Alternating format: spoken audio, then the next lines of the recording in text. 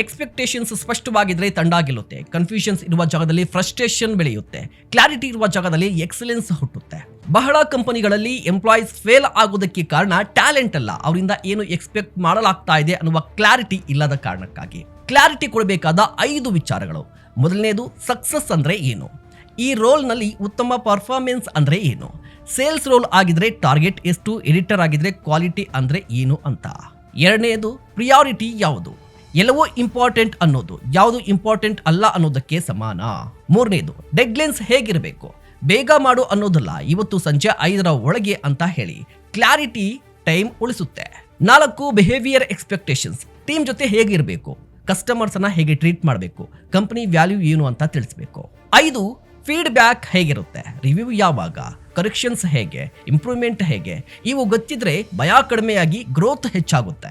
ನಿಮ್ಗೊಂದು best example ಹೇಳ್ತೀನಿ. ಅಮೆಜಾನ್ನಲ್ಲಿ ಪ್ರತಿಯೊಂದು ರೋಲ್ಗೂ ಸ್ಪಷ್ಟವಾದ ಮೆಟ್ರಿಕ್ಸ್ ಇರುತ್ತೆ. ಯಾಕಂದ್ರೆ ಅವರಿಗೆ ಗೊತ್ತು, ಎಕ್ಸ್ಪೆಕ್ಟೇಷನ್ಸ್ ಸ್ಪಷ್ಟವಾಗಿದ್ರೆ ಎಂಪ್ಲಾಯಿ ಗೆಸ್ ಮಾಡೋದಿಲ್ಲ, ಅವರು ಡಿಲಿವರ್ ಮಾಡ್ತಾರೆ.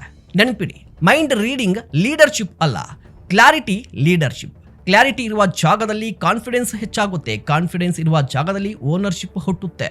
ಸೊ ಇವತ್ತೇ ನಿಮ್ಮ ಟೀಮ್ನ ಪ್ರತಿಯೊಂದು ರೋಲ್ಗೆ ಒಂದು ಪೇಜ್ ಎಕ್ಸ್ಪೆಕ್ಟೇಷನ್ಸ್ ಬರೆಯಿರಿ. ಅದರಲ್ಲಿ ಸಕ್ಸಸ್ ಹೇಗಿರುತ್ತದೆ, ಟಾಪ್ 3 ಪ್ರಯಾರಿಟಿ ಯಾವುದು, ಡೆಡ್ಲೈನ್ ಹೇಗಿರುತ್ತವೆ, ವ್ಯಾಲ್ಯೂಸ್ ಯಾವುವು, ಎಲ್ಲವನ್ನೂ ಸ್ಪಷ್ಟವಾಗಿ ಬರೆಯಿರಿ.